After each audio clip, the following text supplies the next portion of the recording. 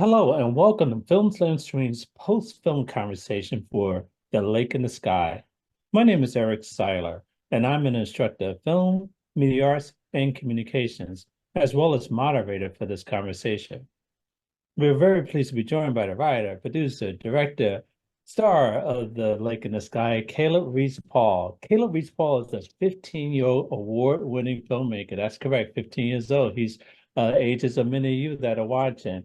And he's not only a filmmaker, he's an actor as well, too. For the past 5 seasons, he has played Jeremy Sisto's son on the Dick Wolf CBS primetime series, FBI. Other acting credits include the other two on HBO Max, A Christmas Present, The Walking Dead, Dead City, and more. The Lake in the Sky is Kayla's fifth short film and was recently selected for the Academy Award qualifying film in the Cleveland International Film Festival, among others. So hello, Caleb, and welcome. Hey, thanks for having me. I'm grateful to be here. That is such an impressive resume. People twice your age, three times your age, haven't done nearly the amount of things that you have done in film and television. Tell us, how did you get involved into filmmaking and acting?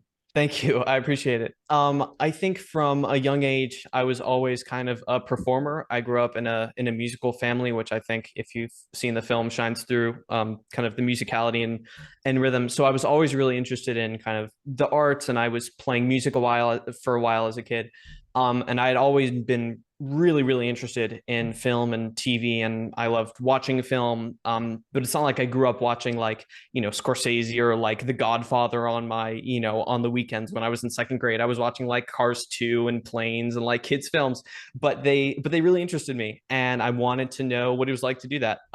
So I started doing kind of stop motion films with Legos in my bedroom.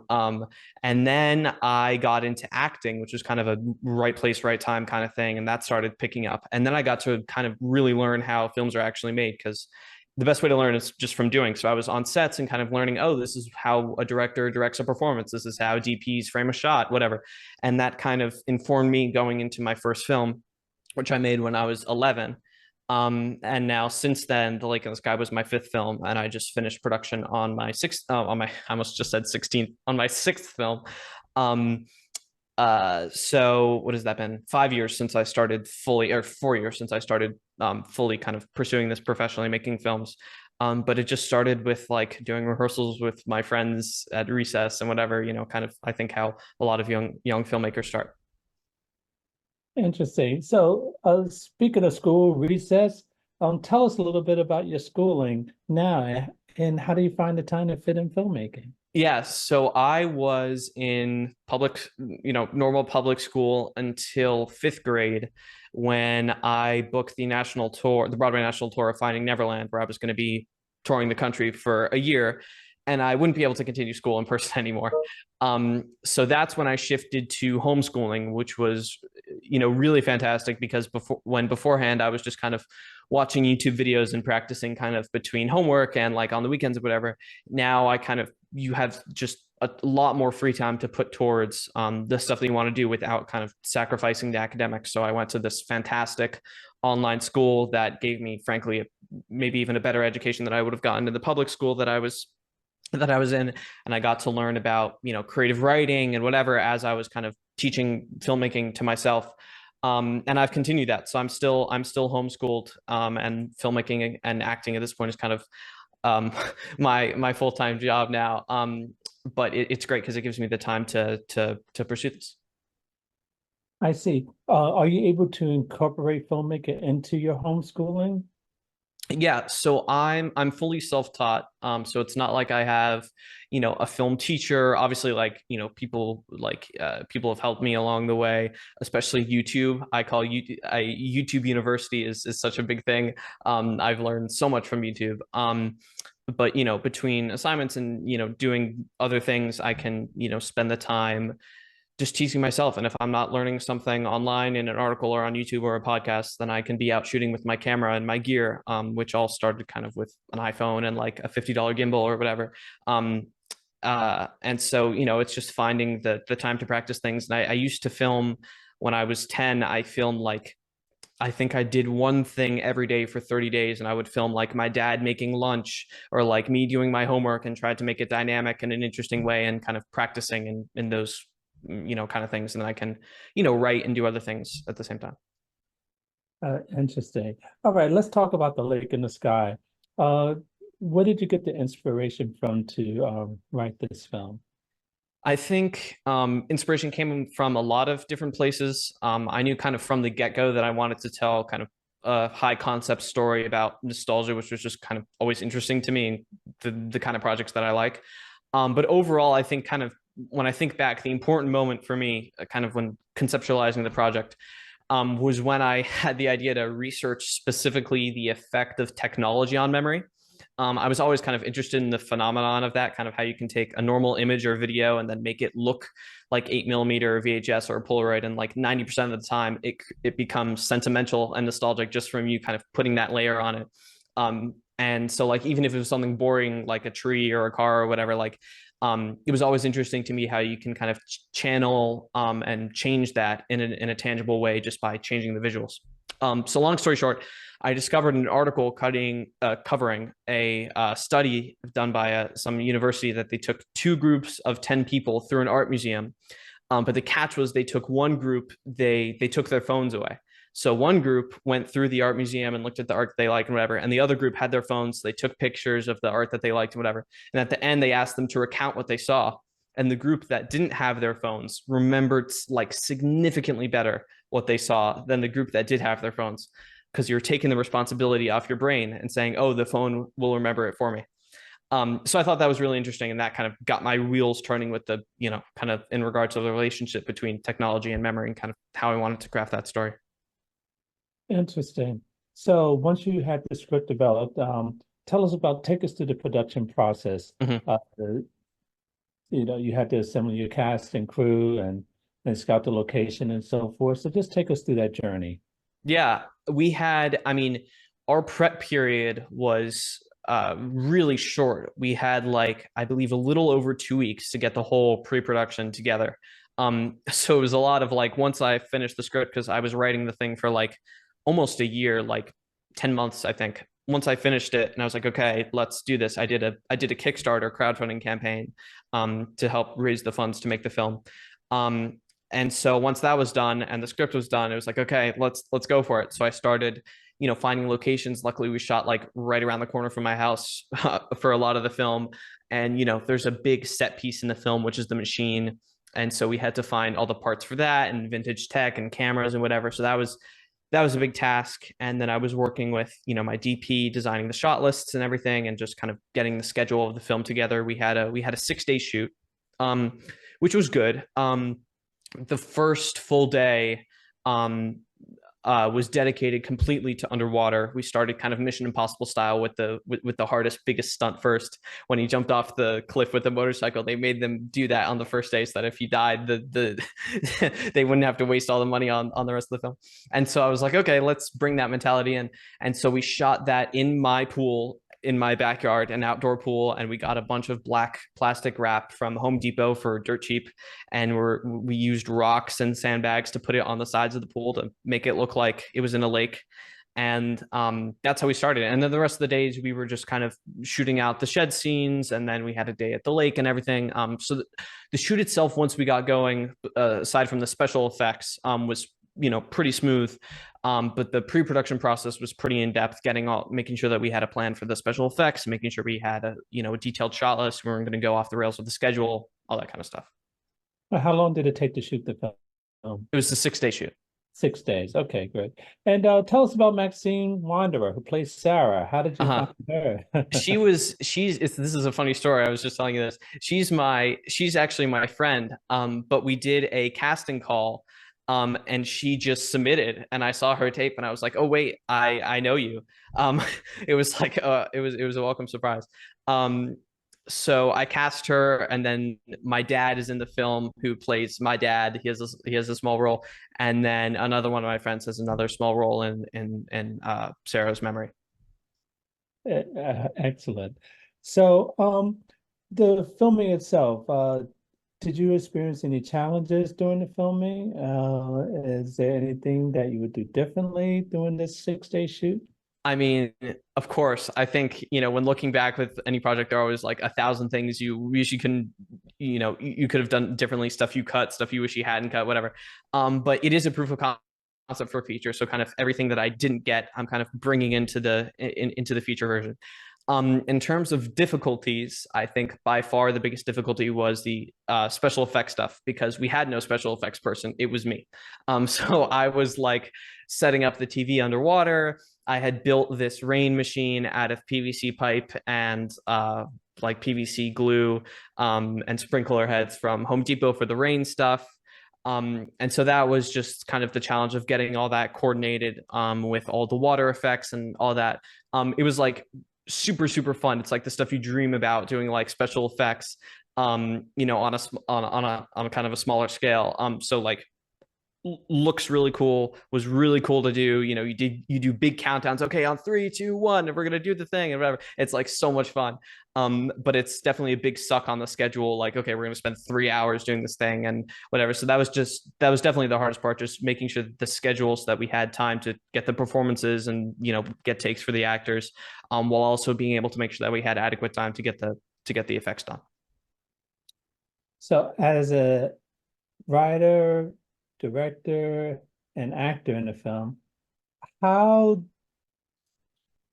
did you have yourself directed in the film? Did you give a lot of notes to your DP? Did you have an AD? Talk about how you were filmed during the production process.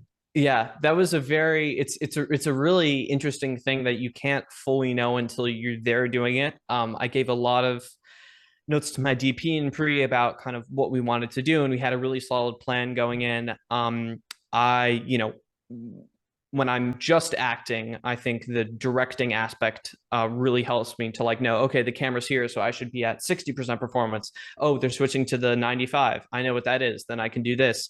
And I think same when I'm a director, when I'm just directing, the acting helps. And so when you can do both at the same time, I actually think it's more of a strength because you have kind of both sides of your brain going at the same time. But there's a lot of watching playback. There's a lot of like we cut and then I just look at my AD and my DP and like, how was that? What do you guys think? There's a lot of times where like I think something's great and then I went back to watch it at the monitor and was like, okay, that wasn't so great. Let's fix it, whatever. So there's a lot of prep and like just making sure that I know what I want for the scene, and then just getting on set and trusting your team and trusting the playback. And sometimes, we were indie, we were low budget, we had really, tight days. Sometimes you don't have time to watch playback. And so sometimes I had to trust, like, was that good? They were like, yeah, it's good. We have to move on. I was like, okay, I trust you. It's good. And so it's a mix of trust, a mix of watching playback, and then I think also a mix of trusting your gut. There are a bunch of times where I was like, let me do it again, whatever, trying to making sure I really got it right. Interesting. So I know you would like to make a feature. How will you continue the story, or how would you redo the story as a feature? I've not put that much thought into it yet. I got an idea recently, which was, not to spoil too much, where we would start kind of at the end of the story of the short film where the shed has caught on fire and he's lost all of his memories, and kind of him trying to work backwards and piece together his story and what happened. That's the idea. Okay, kind of like a prequel. Yeah, and maybe a bit of a longer and cooler underwater sequence, and other stuff, more underwater shots, and that kind of stuff. Oh yeah, speak on that. I'm glad you underwater shots. Tell us a little bit about the production behind that, about how to get the shot Yeah, and so forth. Yes. yeah. So like I said, we had the Home Depot kind of blackout. Yeah. Not There weren't even proper blackout. It was like black plastic wrap that like you'd use like when you're painting a house. Um, put on the walls of the pool, and my camera I got a housing for cheaply because it was going to be way too much to get a housing for the camera that we were shooting the rest of the film on. And so I rented a lens for the day and we shot on like autofocus. It was a lot of trusting because of the housing we had and because of my camera, there was no way to get a feed out of the camera. So it was a lot of like just kind of trusting that we got it. And especially when you're acting in it and underwater, I had no goggles on. I couldn't see a thing. And so we would do it. We would do the take. It's like, okay, this is going to be the wide. I'm going to jump in and then swim past camera. So I'm going to go this way. It's okay, action, jump in and go this way because I have no direction. And so we had to like figure out a way to like, once I jumped in to like know which way to go towards the camera, and all that. And it was raining on that day, which didn't end up mattering, but we used a bunch of scuba gear, which is really fun. I'm a licensed scuba diver, and my dad has been a diver for a long time. So we rented scuba gear for the day, and that was really fun to kind of. I've been wanting to combine those for a while. Every time I go scuba diving, I'm like, I wish I had a camera down here, and so I got to kind of combine both elements. It was a blast to shoot, and it felt like we were like shooting stunts on a real film with the scuba and everything. It was a lot of fun. That's great. And it fit in well because sometimes it didn't look like you just shot that scene just because she says, I want to shoot underwater. It just fit in seamlessly with the story. I appreciate that. Yes, with that. Another thing that worked well in this film was Maxine. It seems as almost a lot of the lines were written for her, or she just got it in terms of the role that she played, her demeanor, attitude, and so forth. Uh, how well did you have to coach her to, get her to work with you, or did you two spend time together? Tell us a little bit about that relationship. Yeah, I mean, we were friends beforehand, and I think her general kind of vibe fits the character really well. We didn't do any rehearsals, as I just my personal taste. I don't love doing rehearsals with actors beforehand. We'll do blocking rehearsals, but I'm not a huge fan of sitting down like a couple days or weeks before the shoot and figuring it out. That's just my taste. But there was, I think, in terms of rewrites, I think I stuck pretty close to what the script was on the day. I think she just like got it pretty well. And with any actor, you do takes and you change stuff around and whatever. But I think mostly like everything fit her really well. And so yeah, it was great. It was great working with her. She took direction like a champ and everything, and we had a blast shooting. It's fun to do a project like this together. Like when you know her, and then you're like on a set with the cast and with the crew and with everybody, you become a family, and you're in this doing this thing. So it's great doing that. So what is your life like now? Amongst your friends, everyone knows you're a filmmaker. What film are you gonna work on now? Just give us a brief insight into what life is like for Caleb. What is life like for Caleb? I just wrapped production on my new film. So life nowadays looks a lot like editing right here, where I edited Lake in the Sky and probably will where I'll edit my next few films. So mixed in with editing, there are a lot of different steps from editing, because I think if I get too kind of locked in my train of thought, the editing kind of starts to crumble. So like I'll edit for a little while, then I will like do some sound design or sound mixing. And I'm still an actor, so I'm still shooting every now and again or doing auditions or whatever. But in between that and in between, school and other kind of other requirements, I'm here editing, working on the film. I'm writing new projects, kind of conceptualizing the feature, and I spend a lot of time staring into space and dreaming and listening to film music about Okay. new projects. And you do you have like a lot of friends that help you out, you hang out with, you have like a normal life besides just being a filmmaker, I guess. Yeah, somewhat. I mean, it's never going to be 100% normal. But yeah. Great, great. I know we're going over time, but I'm just enjoying this conversation. Uh, the students that are watching, it says I'm the same age as you, or maybe a little younger, and they're interested in doing what you do. What advice would you give them? I would say just make stuff. I was like doing the same thing as, I was doing the same thing. I was doing rehearsals with my friends during recess and writing scripts in class. I would hurry to be done with my homework so I could just write the scripts and stuff. And, just practice, do a lot, learn a lot. I always say, learn 40%, actually do the thing 60%, because I see time, and I see a lot of people who will like spend so much time just like sitting in front of the computer watching stuff, learning, and like you have to actually go out and do it too, because the only way to learn is by doing things, and learn what it's like to work with a DP and with an AD, and know what the know how to communicate with people on set to get what you want, in the cutting room. And then finally, well, what are your aspirations for the future? Do you want to continue the independent filmmaker route, or would you like to go into industry and become a well-known Hollywood filmmaker? I wanna continue it all. I want to make a feature version of The Lake in the Sky. I'm really passionate about the concept and the idea. And I'm really passionate about the feature for that. The film I just wrapped is also proof of concept, so I'm also interested in making that into a feature. And seeing where things take me. I love indie filmmaking. It also would be really fun to do like, a large budget thing, and like, do some kind of studio thing. So I'm kind of open to everything. And, I love filmmaking as a thing, but I also think the act of creating the film is also as fun as great and as fun as the film itself in the end. So I love like having different experiences on set. I want to shoot films in other countries and other styles, and just kind of explore, because I love doing it, and I love making the films, and I love all of it. So I want to try it all.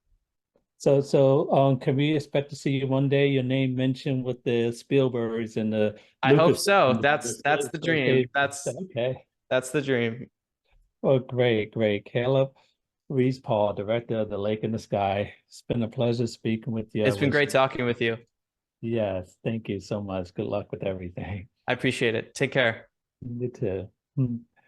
And thank you to our audience for joining us for this important and invigorating conversation. For more information about our upcoming film festival, please visit us at clevelandfilm.org. I'm Eric Siler. Thank you.